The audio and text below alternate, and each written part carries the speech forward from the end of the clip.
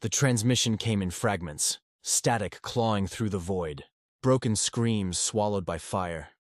The Terran colony of Kepri Prime had been thriving for 50 years. A jewel of humanity's expansion, home to 8 million souls, mining cities carved into the planet's red cliffs, and orbital docks that glittered like a second constellation. Then, silence. The last clear recording was of children singing in a school dome, voices bright and unbroken. Moments later, another signal, a jagged cut of fire and panic, alarms shrieking, and a single phrase from a dying governor. They came without warning. And then, nothing. The arrogant ones, it was the Venar Dominion that descended upon Kepri Prime. A predatory species of scaled flesh and crystalline bone, their fleets carried a reputation of casual cruelty. The Venar were not subtle. They believed themselves supreme in the Orion Arm, apex predators dressed in warships of obsidian steel. On their flagship, the Overlord General reclined in a throne woven from the bones of conquered species. His laughter filled the command deck as footage of Kepri's destruction replayed for his officers. 8 million extinguished, he boasted, and not a single Terran fleet in sight. They breed like vermin but die just as easily. Their colonies are ripe for harvest. A chorus of sycophantic voices followed. Earth will protest. Let them protest, the Overlord sneered. Humans posture, but they lack the stomach for war. They are too scattered, too civilized. They hide behind treaties and fragile alliances. They will whimper, they will mourn, and then they will forget. He leaned forward, eyes glinting with arrogant satisfaction. By the time their fleets stir, we will already have carved another world from their grasp. Their colonies are silenced now. Let Earth learn despair. And across the Dominion, their people celebrated. They broadcast the burning of Terran habitats as if it were sport. The galaxy watched. Many believed the Overlord was right. The long silence days turned to weeks. No reply came from Earth. No fleet emerged. No declaration of war echoed across the stars. On alien channels, mockery grew. Where is Terran courage? Where are the vaunted fleets of Earth? They weep in silence, afraid to provoke us. The Venar carved Kepri's ruins into monuments, reshaping cities into shrines of dominance. They erected statues of their warlords where human children once played. They laughed as they walked through empty streets still stained with ash, and still, Earth was silent. The first answer it began as a whisper, a ripple across deep space channels. Unverified reports of Terran ships moving quietly beyond charted lanes. Sightings of dark hulls gliding through nebulae. Strange signals. Low, resonant tones that carried a chill through every receiver. Then the rumors solidified into fact. The colony of Merak Station, a Venar mining hub on the fringe, fell silent. A single transmission escaped before its comms died. They are here. Black ships with no insignia. They did not speak. They did not bargain. They are everywhere. The Venar dismissed it as rebellion, or perhaps a pirate raid, until the next world fell, and then another. Entire garrisons erased, fleets shattered in silence. No survivors. And with each strike, a message began to emerge.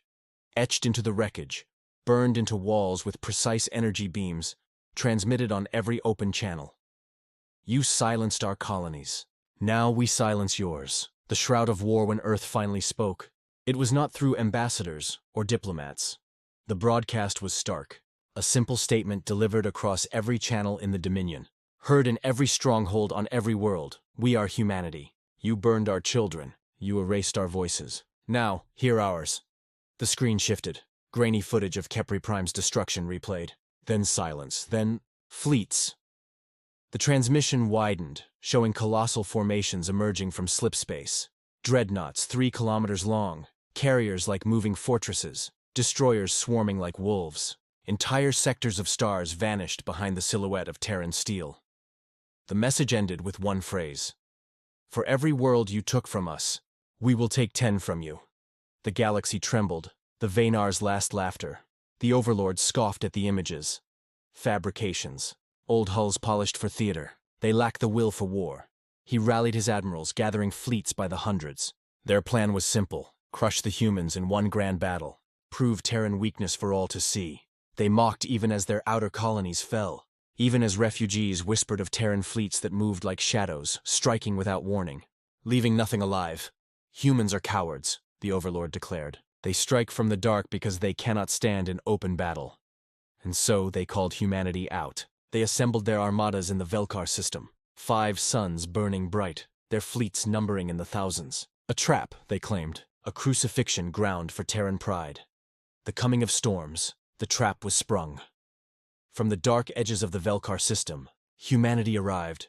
First, the silence, comms blanketed by a low, pulsing tone that crawled through bones like a heartbeat. Then, light, the slip space rupturing in dozens of flashes, then hundreds, then thousands. The Terran fleets emerged not as scattered ships, but as an ocean. Their dreadnoughts advanced in walls of steel, their carriers unfolding like titanic beasts releasing swarms of fighters, their destroyers streaking forward like burning spears. Behind them, weapons of impossible scale unfolded, orbital platforms dragged through slipspace, weapons arrays large enough to split moons. The stars themselves dimmed beneath Terran might. The first human broadcast cut across the Velkar system, cold and merciless. Your colonies fell silent first. Now, your fleets will join them. The wrath of Earth. The battle began with fire.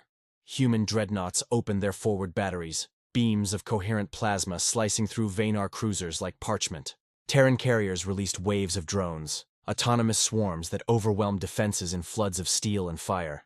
The Venar counterattacked with fury, their fleets surging like predators, but they crashed against an unbreakable wall. For every Terran ship destroyed, 3 Venar shattered. For every human life lost, hundreds of the Dominion perished. Then came the annihilation strikes.